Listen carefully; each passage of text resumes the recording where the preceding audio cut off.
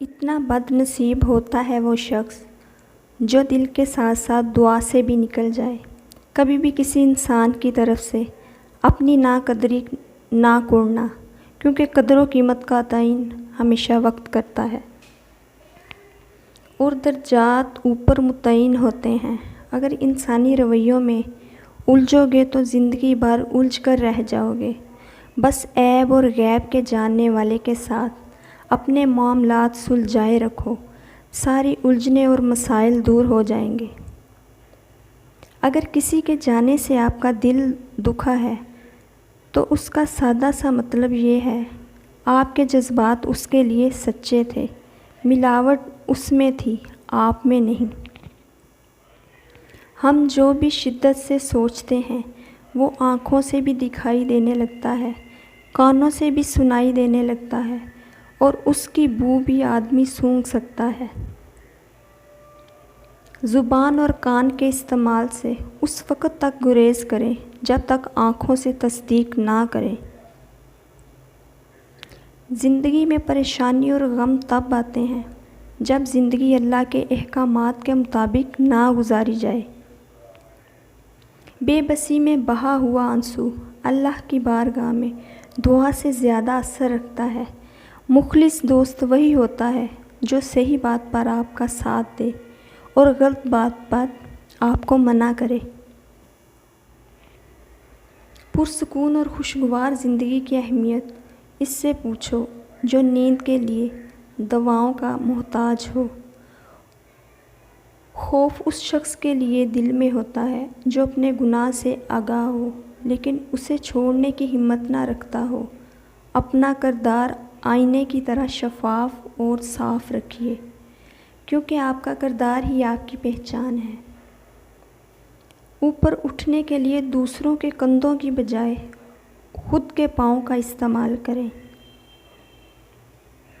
اگر ہم اپنے فرائض ادا کرنا شروع کر دیں تو ہمارے حقوق کا مسئلہ خود بخود حل ہو جائے گا، کیونکہ ہمارے جو فرائض ہیں وہ دوسروں کے حقوق ہیں۔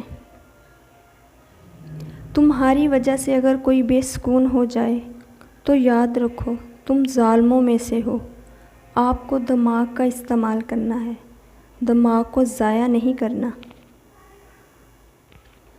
بے جا فکریں، چھوٹی چھوٹی باتوں پر پریشان ہو جانا، جلدی ناراض ہونا یا زیادہ غصہ کرنا، ہر وقت ناشکری یا اپنی نعمتوں کی قدر نہ کرنا دماغ کو نقصان پہنچاتا ہے۔ شکر گزاری دل، دماغ، روح، ہر شے کو فائدہ پہنچاتی ہے۔ دماغ کی قدر کریں اور اسے بامقصد کاموں میں لگائیں۔ جانور جب بھوکا ہو یا خطرے میں ہو تو انتہائی خطرناک ہوتا ہے، جبکہ انسان کا جب پیٹ بھرا ہوا ہو اور طاقتور ہو تب انتہائی خطرناک ہوتا ہے۔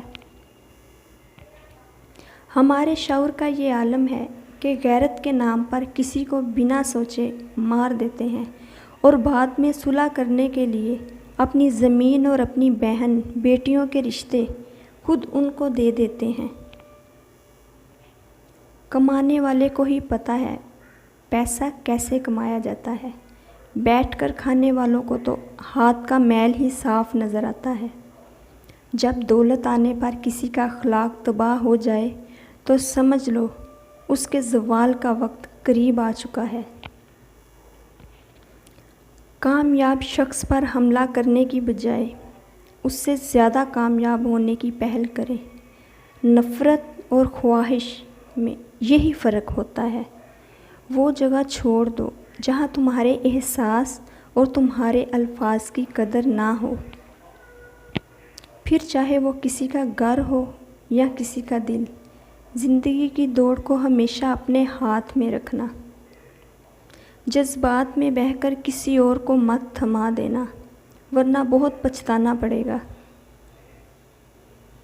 احساس سے عاری لوگوں اور پتھر میں کوئی خاص فرق نہیں ہوتا، دونوں سخت اور دونوں کسی کو فائدہ نہ دینے والے ہوتے ہیں۔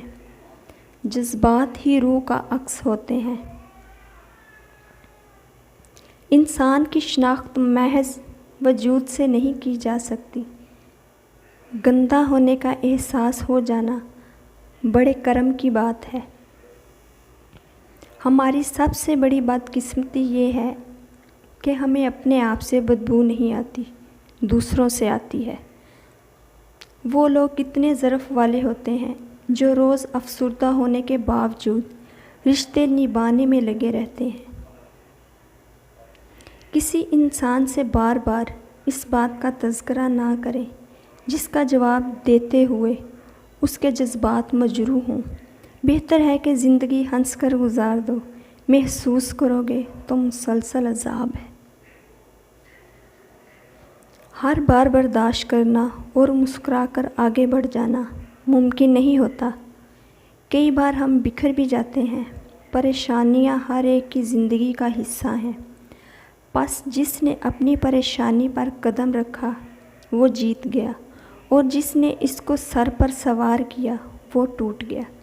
سب سے زیادہ دکھ انسان کو تب ہوتا ہے جب کوئی اس کے خلاف اور محبت بھرے جذبات کی ناقدری کرتا ہے۔ اللہ کے ساتھ تعلق کی وضاحت نہیں کی جا سکتی، اور ہر ایک کے حصے میں اس کی طلب اور چاہت کے مطابق آتا ہے۔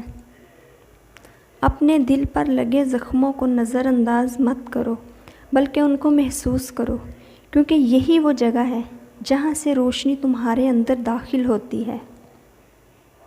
زندگی نے مجھے یہ سکھایا ہے کہ لوگ ہماری خامیوں سے زیادہ ہماری خوبیوں کی وجہ سے ہمیں پسند کرتے ہیں۔ انسان جب برائی کرتا ہے تو آگے پیچھے اچھی طرح دیکھ لیتا ہے، بس اوپر دیکھنا بھول جاتا ہے۔